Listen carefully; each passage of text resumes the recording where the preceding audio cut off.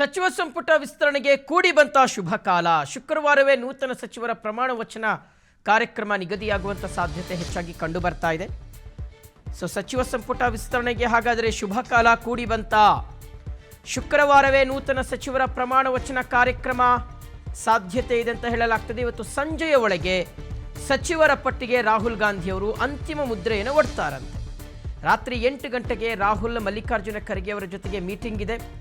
So ಆವಾಗ ಈ ಮೀಟಿಂಗ್ನಲ್ಲಿ ಅಂತಿಮವಾಗಿ ಮುದ್ರೆ ಬಿದ್ದರೆ ಶುಕ್ರವಾರ ಎಲ್ಲ ಶಾಸಕರು ಅಂದರೆ ಯಾರೆಲ್ಲ ಆಯ್ಕೆ ಆಗಿದ್ದಾರೆ ಸಚಿವರಾಗಿ ಅವರು ಪ್ರಮಾಣ ವಚನವನ್ನು ಸ್ವೀಕರಿಸ್ತಾರೆ. ಸೊ 20 ಸ್ಥಾನಗಳು, 60ಕ್ಕೂ ಹೆಚ್ಚು ಲಾಭಿಗಳು. ಸೊ ಹಾಗಾಗಿ ಯಾರಿಗೆ ಇಲ್ಲಿ ಅವಕಾಶ ನೀಡಲಾಗುತ್ತೆ, ಯುವಕರಿಗೆ ಹೆಚ್ಚು ಅವಕಾಶವನ್ನು ಕೊಡಬೇಕು ಅಂತ ರಾಹುಲ್ ಗಾಂಧಿ ಅವರು ಸೂಚನೆ ಕೊಟ್ಟಿರುವಂಥ ಹಿನ್ನೆಲೆಯಲ್ಲಿ ಈಗ ಯಾರ ಪಟ್ಟಿಗೆ ಅಂತಿಮ ಮುದ್ರೆ ಅನ್ನೋದು ಈಗಿರ್ತಕ್ಕಂಥ ದೊಡ್ಡ ಪ್ರಶ್ನೆ. 2 DCM ಹುದ್ದೆ ಸೃಷ್ಟಿ ಬಹುತೇಕ ಖಚಿತ ಅಂತ ಹೇಳಲಾಗ್ತಾ ಇದೆ.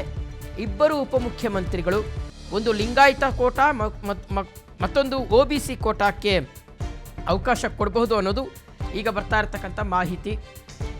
17ರಿಂದ 18 ಸ್ಥಾನಗಳಿಗೆ ಮಾತ್ರ ಪಟ್ಟಿ ಫೈನಲ್ ಆಗುತ್ತೆ. 1-2-3 ಸ್ಥಾನಗಳನ್ನು ಹಾಗೆ ಉಳಿಸ್ಕೋತಾರೆ. ಯಾಕೆ ಉಳಿಸ್ಕೋತಾರೆ ಅಂದರೆ ಅಸಮಾಧಾನವನ್ನು ತಣಿಸೋದಕ್ಕೆ. ಅಂದರೆ ಯಾರಾದರೂ ಅಸಮಾಧಾನವನ್ನು ವ್ಯಕ್ತಪಡಿಸಿದರೆ, ಬಂಡಾಯ ಏನಾದರೂ ಬಗಿಲಿದ್ರೆ, ನೋಡಿ ಇನ್ನೂ 3 ಸ್ಥಾನ ಖಾಲಿ ಇದೆ, ನಿಮಗೆ ಕೊಡ್ತೀವಿ, ನೀವು ಸುಮ್ಮನೆ ರೀ, ನೀವು ಗಲಾಟೆ ಮಾಡೋಕ್ಕೆ ಹೋಗಬೇಡಿ ಅಂತ ಅವರನ್ನು ಸಮಾಧಾನ ಮಾಡ್ಬೋದು.